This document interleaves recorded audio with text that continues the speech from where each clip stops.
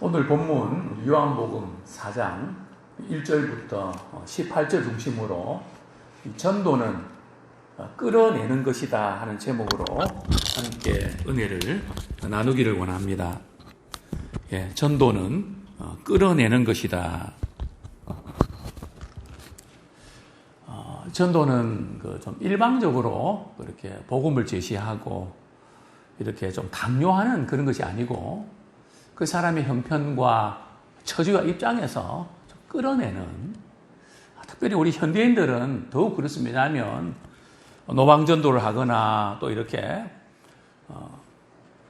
복음을 전하지 않으면 그 피를 내게서 찾겠다고 하는 그 말씀을 우리가 이렇게 받아들이면서 상당히 우리는 좀 조급해하고 불안해합니다. 그래서 당신이 믿든지 안 믿든지 그냥 내 입장에서 그냥 전하면 된다 하는, 그러다 보니까 굉장히 좀 일방적이 되기 쉽고 또 편치는 않습니다. 그래서 많은 사람들이 복음 전하는 것 자체를 거부하고 또 앞으로 아마 거리에서 전도하는 것 못하게 막는, 그게 법으로 제정될 가능성이 대단히 높습니다. 특별히 오늘 우리 잘 아는 사마리아 여인을 예수님께서 어떻게 전도하셨는가, 이 사건을 통해서 우리가 다시 한번 우리 전도의 접촉점을 우리 어떻게 마련할 것인가, 다시 한번 우리 지혜를 얻는 그런 시간 되기 원합니다. 오늘 본문 우리 요한복음 4장 1절에 보면 이런 내용이 나옵니다. 예수님의 제자들이 세례요한보다 훨씬 더 많은 사람에게 세례를 베푼다고 하는 소문이 바리새인들 귀에 들어갔습니다. 이 소식을 듣고 예수님께서는 남유다를 떠나서 북쪽 갈릴리로 가시게 됩니다. 많은 사람들이 예수님께 와서 또 제자들에게 와서 세례를 받고 있는데 좀 더 계속해서 거기서 영향을 끼쳐야 되는 거 아닙니까? 그런데 왜 예수님께서 거기를 떠나셨을까요? 오늘 이 부분은 우리에게 많은 것을 시사합니다. 우리 그리스도인들은 교회 생활이나 우리가 전도할 때에 어떤 경쟁을 부추겨서 어느 교회보다 우리 교회가 잘 돼야 되고 이런 어떤 쪽으로 가면 안 된다는 거죠. 근데 실제로 우리가 많이 그렇게 하고 있습니다. 제가 아는 어떤 목사님은 자기 교회 직분자가 또 직분자 자녀가 또 이웃 교회에 가는 것 때문에 굉장히 그냥 힘이 들어서 자칫 잘못하면 소송까지 벌어질 뻔한, 왜 우리 교회는 뺏어가냐, 이런 일들이 일어납니다. 모르고 그럴 수 있죠. 그러나 요즘은 알면서도 모르는 체 하는 건지 넘어가는지 모르겠습니다. 그냥 어쨌든 우리 교회 많은 영혼들이 참석하고 예배드리고 부흥하는 게 중요하니까. 한 번은 저희 교회에 전화가 왔습니다. 목사님, 우리 마을버스 광고하는데 한 달에 얼마 내면 교회 광고를 좀 실어서 승객들이 그것을 듣고 전도가 되는데 교회 좀 알리시죠. 저는 그랬습니다. 우리 교회는 안 알려도 됩니다. 우리가 교회가 무슨 광고해갖고 마케팅 합니까? 또 다른 교회 또 많이들 또 가시면 되고, 우리는 그런 필요를 못 느낍니다. 한 교인이라도 좀 더 많이 와서 예배 드리는 거, 그것을 무시해서가 아니고요. 다른 데는 몰라도 교회는 마케팅이 아니고 경쟁력을 갖고 하는 거 아닙니다. 주의 복음이 증거되면 그거로 기쁜 거고, 또 다른 교회에 또 가더라도 그 교회를 섬기면 귀한 일이지. 꼭 뭐 우리 교회 와야 되고, 우리 교회 숫자가 많아야 되고, 뭐 그래서 우리 교회 그런 욕심들이 없어서 많이 안 모인지도 모르겠습니다. 그러나 예수님께서는 이런 경쟁력을 부추기고, 뭐 세례요한의 세례요한에게 찾아와서 이제 세례 받는 것보다 예수님께 찾아가는 게 많다. 그걸 또 바리새인이 듣고 말이죠. 바리새인들은 이 시기질투가 많은 사람이거든요. 그래서 예수님께서 그것을 떠나십니다. 차마 우리에게 중요한 것이 뭘까? 우리가 전도든 교회 생활이든 사도 바울도 감옥에 갇혔을 때에 씁쓸한 일이 있었죠. 빌립보 교인들 가운데 사도 바울이 이렇게 선교할 때는 가만히 있었는데 사도 바울이 감옥에 갇히니까 당신이 없어도 우리 교회는 부흥하고 전도됩니다. 그걸 좀 과시라도 하는 듯 감옥에 바울이 갇혀 있으니까 더 열심을 내는 겁니다. 그것을 사도 바울이 듣고 뭐라고 이야기합니까? 내가 좀 있을 때 좀 잘하지. 그렇게 말하지 않고 전파되는 것은 그리스도니 그리스도만 전파되면 어떤 방식으로 전도하든 그게 뭐가 문제가 되냐. 나는 이로써 기뻐하겠다. 아무쪼록 우리는 우리 자신의 교회도 잘 돼야 되지만 주님의 교회가 잘 되길 원합니다. 교회는 서로 돕고 세워가고 서로 이게 귀하게 여기는 아름다운 그런 관계가 되기를 소원합니다. 그러다 보니까 그냥 전도를 안 믿는 분들에게 하는 게 아니라 어쨌든 믿는 교인들조차 교인들에게 전도하는 뭐 이런 일이 있지 않았습니까? 어떤 권사님이 다른 교회에서 구제하는데 얼마 준다 그러니까 그것 때문에 교회에 옮긴 게 있잖아요. 그것도 권사님이 말이죠. 같이 교회 왔던 세례교인 그분은 안 떠난다고. 근데 그 권사님은 떠났잖아요. 한 달에 몇만 원씩 주니까.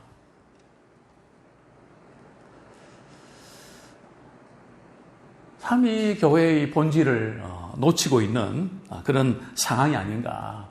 근데 적어도 예수님은 그렇게 하지 않으셨습니다.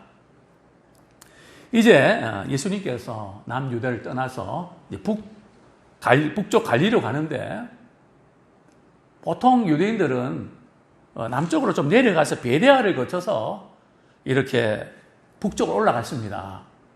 그러나 예수님은 일부러 어디를 통과했다고요? 사마리아를 통과했습니다. 왜 그랬을까요? 우리 5절에 보면 한 여인을 기다렸습니다. 사마리아에 있는 수가라는 동네에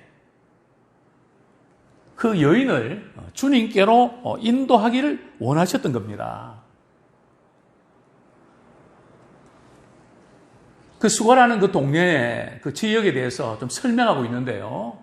야곱이 그 땅을 사서 아들 요셉에게 줬습니다. 그리고 요셉이 그 땅에 묻혔죠. 창세기 보면 그 말씀이 나옵니다. 또 거기는 또 야곱의 운물이 있었습니다. 예수님께서 이렇게 길을 가시다가 피곤하셔서 운물 곁에 앉으셨죠. 그때가 몇 시라고요? 6시인데 우리 시간으로는 6을 더하면 정오입니다. 12시죠. 그런데 예수님께서 단순히 목이 말라서 또 지쳐서 여기 앉아 계신 걸까요? 물론 그런 면이 있습니다. 예수님도 인성가지이기 때문에 다리도 아프시고 목도 마르시고 또 지치기도 하시고 우물가에 이렇게 앉아 계셨는데 누군가를 기다린 듯 했습니다. 마침 그때 사마리아 그 여인이 물을 기르러 찾아옵니다. 왜 예수님께서 단순히 목이 말라서 우물가 곁에 앉은 것만 아니라는 이유가 뭔가 하면 그때 예수님의 제자들은 어디 갔을까요? 동네에 점심 준비하러 반찬 사러 빵 사러 갔습니다. 만약 예수님께서 목이 마르시면 제자들에게 나 목이 마르니까 물 좀 떠와라 부탁했을 겁니다. 그런데 예수님 그렇게 하지 않으셨습니다. 자, 그리고 예수님은 이 여인에게 말을 건넵니다. 물을 좀 달라. 예수님께서 이 말을 건네실 때 되게 친절하게 말을 건네십니다. 우리가 이 전도할 때에 우리 믿음의 사람들은 그 언어가 부드러워야 됩니다. 상대방에게 반감을 일으키고 거부감 느끼는 그런 투가 되면 안 됩니다. 굉장히 이 언어 구사가 굉장히 중요한데 물 좀 달라.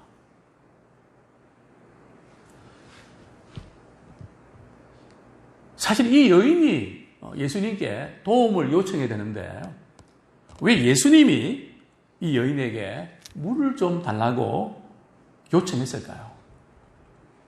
여기서 우리가 좀 발견할 수 있는 교훈은 때때로 주님이 우리에게 무언가를 요구하실 때가 있습니다. 그때는 반드시 주님의 이유가 있는 겁니다. 어떤 이유입니까? 주님이 우리에게 요구하실 때 주님이 필요해서 그런 거 아닙니다.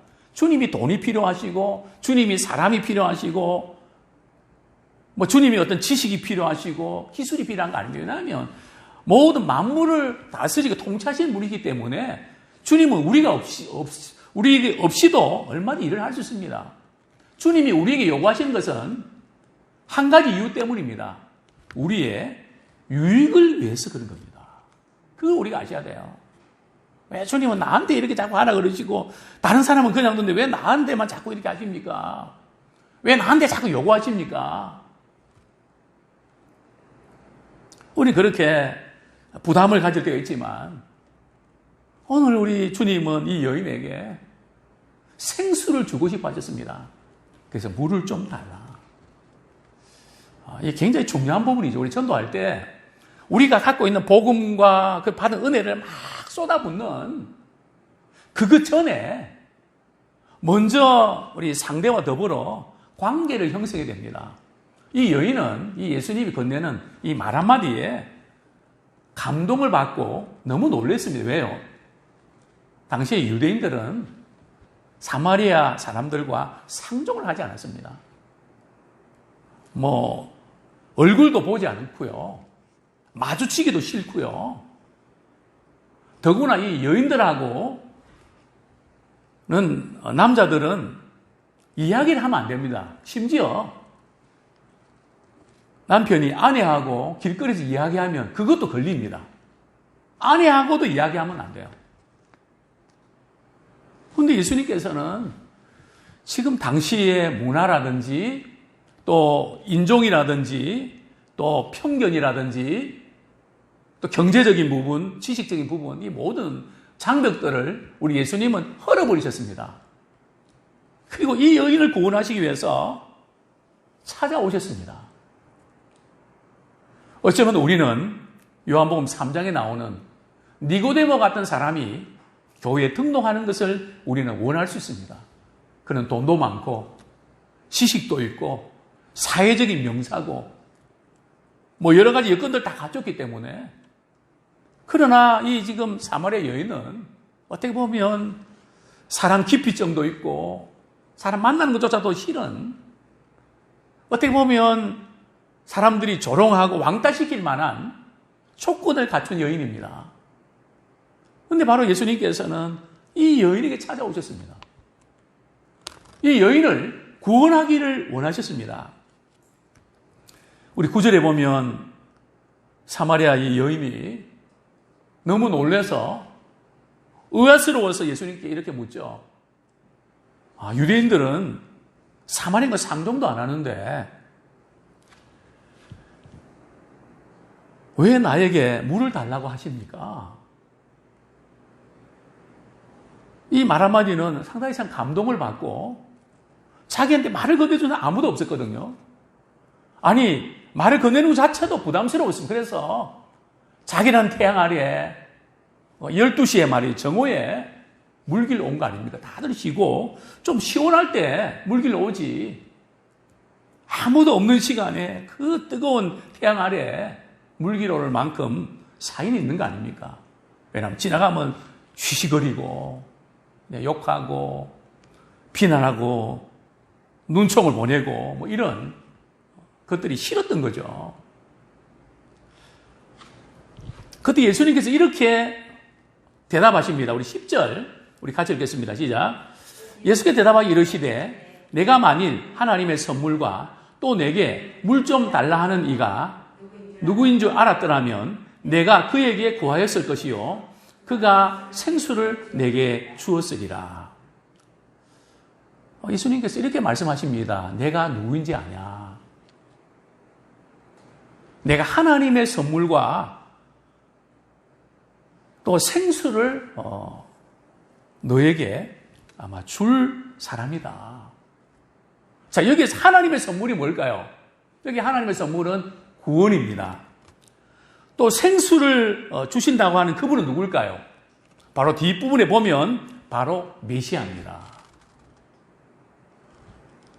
자, 그런데 이 여인은 하나님의 선물, 이것은 귀에 안 들어옵니다. 뭐가 귀에 들어왔을까요? 생수입니다. 아직도 육적인 생수를 그는 생각합니다. 그래서 여자가 이야기하죠. 주여, 물기를 그릇도 없고 이 온물은 깊은데 생수를 어디서 얻을 수 있습니까? 지금 이 우물은 우리 조상 야곱이 이렇게 주셨는데, 그래서 우리 가족들과 더불어 우리 짐승들도 다 이렇게 그 물을 마시면서 이렇게 지금까지 왔는데, 당신은 야곱보다 큰 분입니까? 그럴 때 예수님께서 뭐라고 말씀하십니까? 13절에 보면 예수께서 대답하여 이르시되 이 물을 마시는 자마다 다시 목마르려니와 14절 같이 읽겠습니다. 내가 주는 물을 마시는 자는 영원히 목마르지 아니하리니 내게 주는 물은 그 속에서 영생하도록 솟아나는 샘물이 되리라. 그래서 예수님께서는 그냥 물 좀 달라고 이렇게 하시면서 그 다음에 어디로 이어집니까? 이제 생수로 이어집니다. 이 여인도 매번 물길로 오는 게 쉽지 않으니까 생수를 준다고 하니까 눈이 번쩍 떠있던 거죠. 아, 그 생수를 내게 주십시오. 또 예수님께서는 그 눈에 보이는 그런 생수가 아니라 참 영혼 깊은 가운데 생명을 주시기를 원하셨습니다. 우리 인생은 늘 목이 마른데 내가 주는 물을 먹으면 목마르지 않는다. 인생의 진정한 만족을 우리가 누리게 되고 샘솟듯 그 물이 솟아난다. 바로 예수님께서 이 영생을 그에게 주시기를 원했던 겁니다. 우리 역시 이제 우리가 한 영혼을 우리가 이렇게 주님께로 인도할 때에 그 영혼이 상태에서 대화를 통해서 끌어내는, 때로는 부탁하면서 이렇게 연결시키면서 그것이 영적인 차원으로 이끌어가는 그런 저와 우리가 되기를 소원합니다.